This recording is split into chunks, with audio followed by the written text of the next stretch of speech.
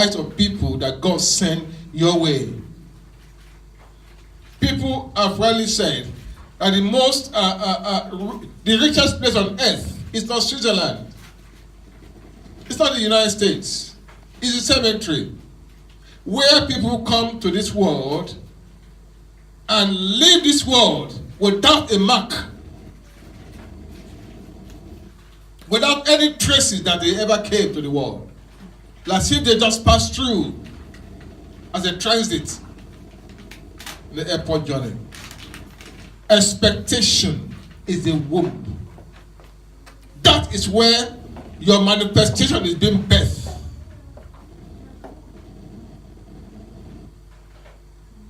God is expecting something from you.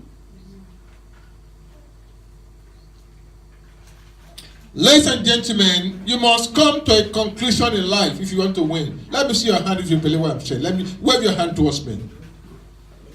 That at a point in time in the life of a man, you must come to a conclusion that I am going to make it in life. I'm going to have a breakthrough in life. I'm going to change something in my generation.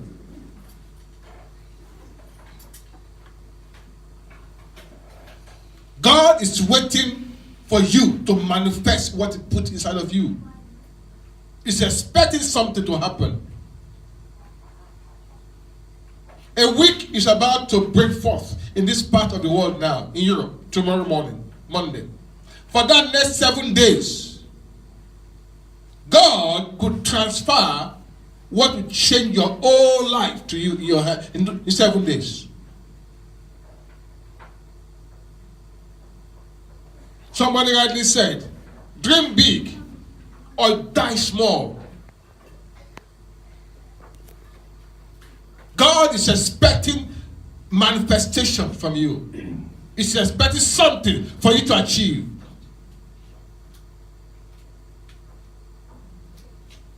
A scripture was used this morning, 1 Corinthians 2:9. 1 Corinthians chapter 2 verse 9. While we're looking to that, do you see on the screen? 1 Corinthians 2. Do you understand that it is your manifestation that glorifies God? It is when something new takes place in your life. It is when there is a manifestation in your life that God is glorified. God is not glorified until that happens.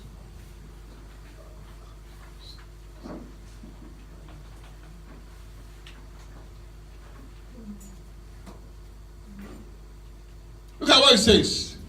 But as it is written, I have not seen, nor ear heard, neither have entered into the heart of man the things which God has prepared for them that love Him. So there is something in the agenda of God. I was watching the video of our building yesterday, International Center of this great ministry, which we call our International Center in Lagos, and they are doing the construction. In and out, about 1,000 people will be able to fit into that building. And I was just watching as they are working on the project. 120 million Nigerian naira. And I was watching as they are working on they're already on top floor. I was just watching that God. So you can do things when men begin to say, Lord, I am made for more than this. There have to be something new that happens. There have to be a change. Before I proceed, let me have somebody here this morning. But I strongly believe this moment in life, God is impacting you. God is impacting you for something in your life. And I want to seize every moment. I'm not God. I'm a friend of God. But when I speak the mind of God. I speak the very mind of God.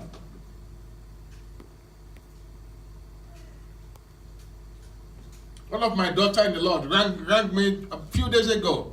Was meant to be here today with her family. But she said, you came along this place and couldn't not make it. You see me going up and down. Could not find a place and just went back. Rang me and said, on Tuesday, the last time she came to the church was 8 years ago. Said, Bishop, I could not sleep. God woke me up and said, you came to see a man of God 8 years ago. And he spoke the mind of God to you. He declared the mind of God to you. And the next day you received a miracle. And you have not gone back to see that man of God to bless him. He said, man of God, I could not sleep. God said, I'm in trouble. And she began to go around the East London. And she entered into an African shop and picked up the flyer of the church. Who put it there? She said, that must be one of the evangelistic work we do during the week. And she called the number on that line. He said, now that I hear your voice, I think God has released me. I have been in debt to God. I'll let her share her testimony when she's here by the grace of God on Sunday. When she comes here next Sunday with her family, I'll let her share her testimony. She was about to be deported from this country. And somebody brought her to the church. I think she's from Ethiopia or something. I think Eritrea. Somebody brought her to the church. She came to see me. And as she sat down, I said, what's the problem? She said, man of God, I have received a letter and I've been given days. 7 days I have to leave voluntarily or they come and pick me up. Well, I said, God told me now that will not happen. God just told me now that you have a problem with your ex-husband. He said, Pastor is a really bad man. He's abusive, he's controlling, he's ABC. I said, but God just told me right now. I said, do you tell me about yourself? She said, no. And God told me now that your ex-husband, which you call ex or Corey, I wouldn't know how to spell. God told me that if you can call that man, look for his number. I said, the man of God said, I should forgive you. That's on Sunday morning. She came to the service. I said, next 7 days, they are meant to pick you up and deport you. So I'm telling you that next 7 days, you will be standing here with me with your passport in your hand. And there will be definitely leave to remain inside. I said, do you believe that? I said, they wrote you a letter that 7 days time, leave the country voluntarily. I'm telling you, God told me that next Sunday, you will be standing in this place and you have your passport in your hand and you will definitely live inside. Do you understand what I just said now? I said, oh, that is too big step.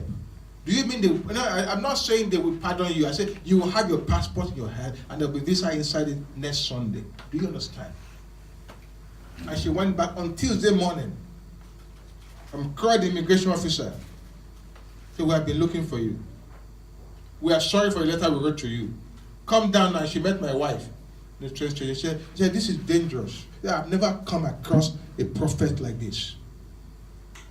You told me, do you know what is happening around the whole world? How do you get these informations? They just called me now.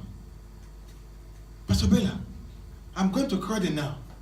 As the pastor said on Sunday, at 7 days' time, there'll be visa in my passport. They called me now from Croydon, home office. I don't know if they're trying to send, but I'm going anyway. And she went there. I said, we're sorry for the letter we wrote to you. Bring your passport.